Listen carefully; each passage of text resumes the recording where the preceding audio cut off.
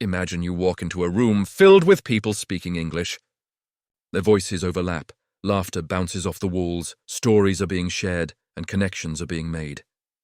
You look around and smile, but deep inside you feel something is missing. You wish you could understand every single word, not just pieces.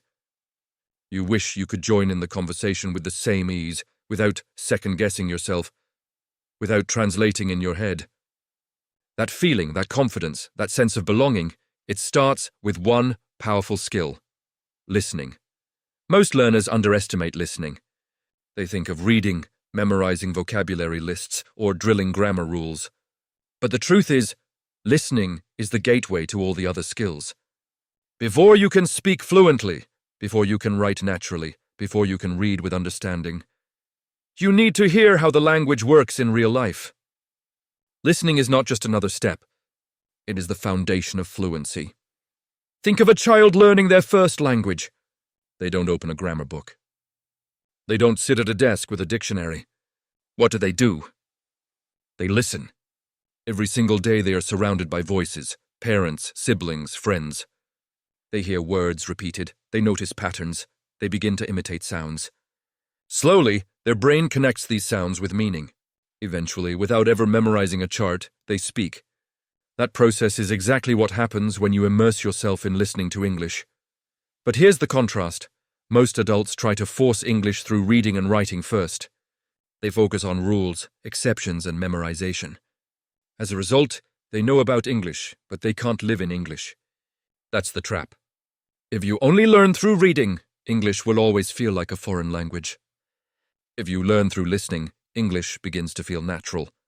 So let's frame listening for what it really is. Listening is not a passive act. It is not sitting back and letting words wash over you without effort. Listening is an active, powerful exercise. Every time you listen, your brain is decoding rhythm, sound, emotion, context. It's like training in a gym.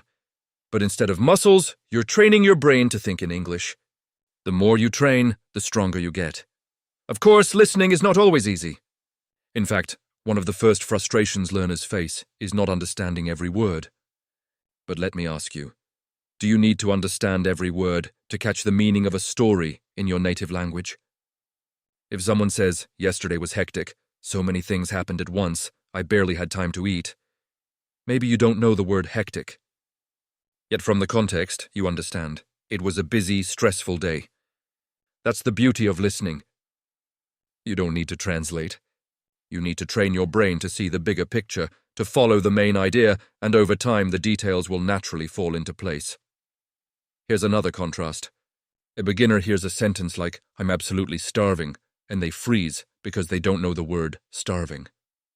But an active listener pauses, notices the tone, the context, and connects it. Starving must mean very hungry. That's a real-life example of how listening builds vocabulary faster than memorizing lists. Words are not isolated. They live inside stories, emotions, and daily experiences. When you hear them in context, they stick. Listening also teaches grammar without the pain of grammar study. Think about this. You hear someone say, "I've been waiting here for ages." Even if you don't know the present perfect continuous tense, you understand the idea. This person has been waiting for a long time. By hearing structures like this again and again, your brain begins to use them naturally. You don't have to remember the rule. You just know it sounds right. That's why listening transforms your speech from textbook English to natural English. And then there's pronunciation. Reading alone cannot teach you how English really sounds. How do you know that Wednesday is pronounced Wednesday? How do you know that comfortable often sounds like comfortable? Only through listening. When you listen, you absorb the true rhythm and melody of the language. You start to notice how words connect, how sounds are reduced, how tone changes meaning. For example, if someone says, "Oh, really?" with rising intonation, it means surprise. If they say it flatly, it means doubt. Listening teaches you these subtle signals no textbook can explain. But let's be honest, listening is not just about language. It's about confidence. Think of the moment you first understand an entire sentence without translating. That spark of recognition tells you, "I can do this." The more you listen, the more these sparks appear. Slowly, they join together into a fire of confidence. Soon, you're not only listening, you're speaking, you're connecting, you're part of the conversation. So, how can you make listening part of your daily life? The secret is not sitting down with headphones for hours. The secret is weaving listening into your routine. Listen while you cook, while you clean, while you walk. Replace silence with English audio. It could be podcasts, YouTube videos, songs, audiobooks. The point is not perfection. The point is exposure. The more your brain hears English, the more it recognizes patterns, and the more natural it becomes. Here's a practical example. Imagine you're preparing dinner. Instead of listening to music in your native language, you play an English cooking video. At first, maybe you only catch onion, garlic, stir. But the next time you notice chop, boil, season. Without even trying to memorize, your vocabulary grows. And because you're connecting it to real activity, it stays in your memory. Another method is shadowing. This means listening to a short piece of audio and repeating it immediately, almost like an echo. At first it feels strange, but soon you'll notice your pronunciation improving, your rhythm matching the speaker, your confidence rising. Shadowing is one of the fastest ways to train your mouth and ears together, and don't forget accents. English is not one single accent. There's American, British, Australian, Canadian, and many more. At first this variety can feel confusing, but actually it's a gift. By listening to different accents, you prepare yourself for real-world conversations. Think about it. In today's world, you might talk to an American online, a British colleague in a meeting, and watch an Australian travel show, all in the same week. The more you expose yourself to accents, the less intimidated you'll be. Yes, it takes time. In the beginning, you might feel lost. But let me reassure you, not understanding everything is not failure. It is part of the process. Every time you listen, your brain is building connections, even when you don't realize it. Just like going to the gym, the results are invisible at first. But then one day you surprise yourself. You watch a movie scene and suddenly understand. You join a group conversation and follow along. That breakthrough moment is the reward of consistent listening. Listening is not a side skill, it is the skill that unlocks all others. When you listen, you build vocabulary, grammar, pronunciation, and confidence all at once. You learn culture, humor, emotions, and connection. You stop translating and start thinking directly in English. You move from being an outsider looking in to being someone who belongs. So if you've been studying English for months or years and still feel stuck, ask yourself, how much are you really listening? Not just hearing English in class once a week, but truly surrounding yourself with it daily. The more you listen, the closer you move to fluency. And fluency is not a dream, it is the result of habits. Remember this, every time you press play, you are not wasting time. You are investing in your future self.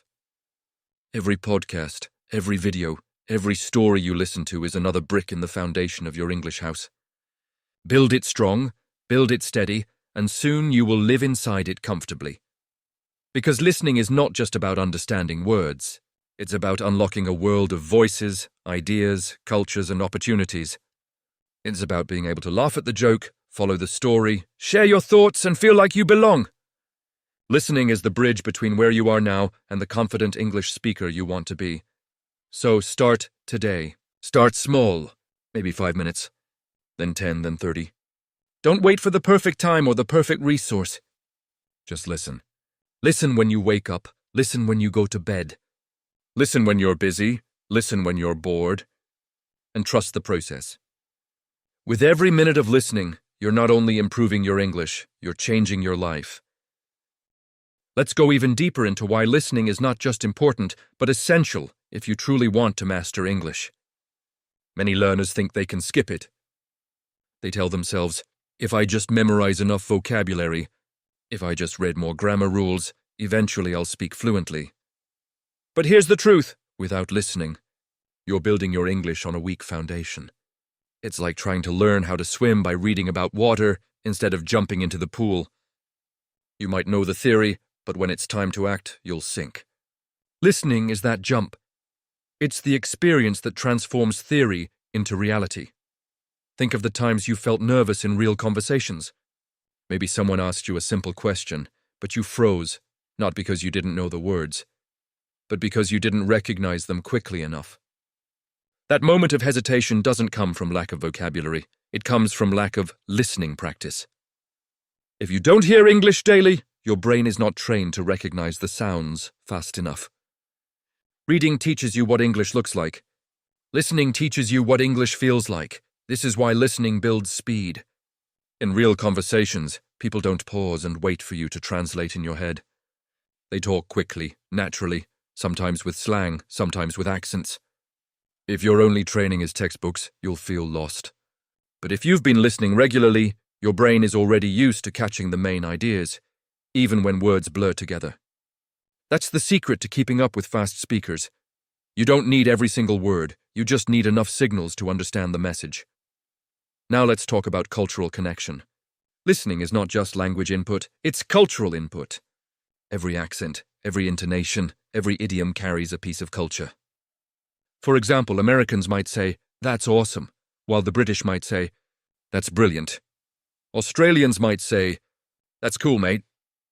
They all mean something positive, but the flavor is different. By listening to these differences, you're not just learning English, you're learning how people live, think, and connect. And when you understand culture, you connect on a deeper level. Contrast that with someone who learns only from grammar books. They might know rules perfectly, but when they speak, they sound mechanical. They miss the humor, the rhythm, the playfulness of the language. Why? Because they haven't listened enough. Without listening, English remains a puzzle of rules. With listening, English becomes alive. Of course, many learners struggle with the frustration of not understanding.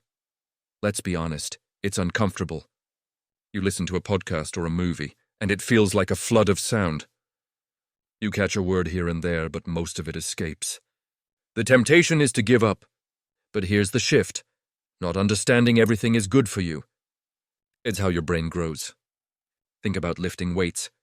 If they're too light, you don't get stronger. If they're too heavy, you can't lift them. But the right weight challenges your muscles just enough to grow. Listening is the same. When you understand just part of what you hear, your brain stretches to fill in the rest. Over time, your ability expands. One of the best ways to handle this challenge is through repetition. Don't listen once and move on. Listen again and again. The first time, focus on the main idea. The second time, notice new words. The third time, catch the small details. Each repetition deepens your understanding. Think of your favorite song in your native language. Did you understand all the lyrics the first time? Probably not. But after listening many times, the words became automatic. The same happens with English. Another powerful tool is shadowing, which we touched on earlier. Let's expand on it. When you shadow, you're not just repeating words, you're training your ears, your mouth, and your brain at the same time. You hear the rhythm, you feel the rhythm, and you reproduce it. This method has been used by interpreters who need to listen and speak almost simultaneously. For learners, it's a shortcut to fluency. At first you'll stumble, you'll mispronounce. But with practice, shadowing makes your English flow. Listening also prepares you for variety. One of the scariest things for learners is facing an unfamiliar accent. You may have studied American English, but then you meet someone from Scotland or Australia, and suddenly it feels like a different language. The solution is not to avoid accents, but to embrace them. Start with one accent, master it, then slowly add others. The goal is not to speak with every accent, it's to understand them. That flexibility is what makes you confident in any global conversation.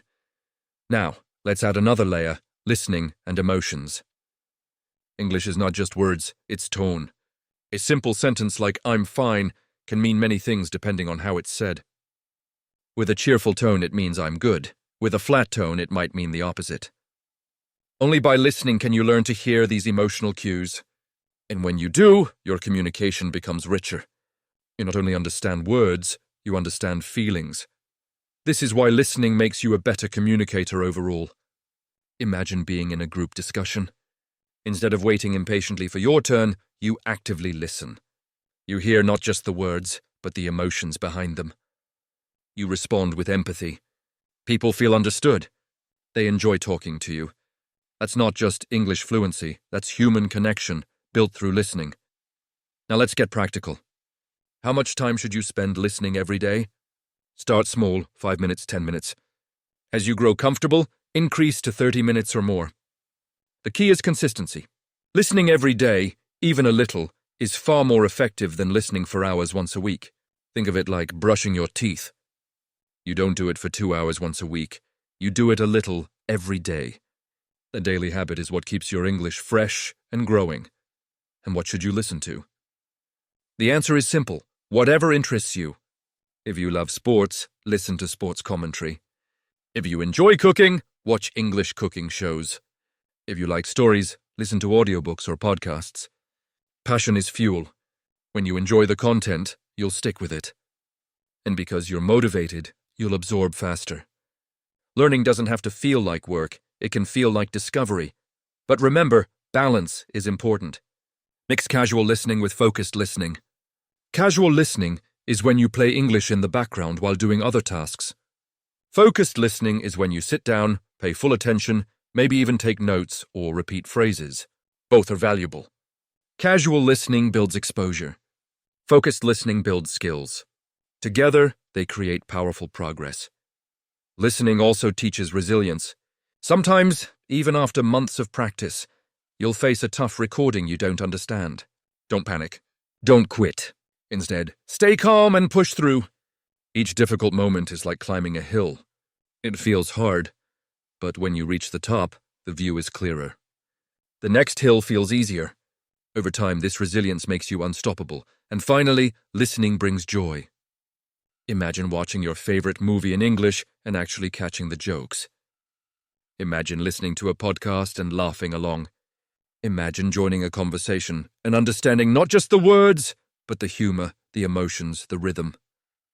That joy is the reward of listening.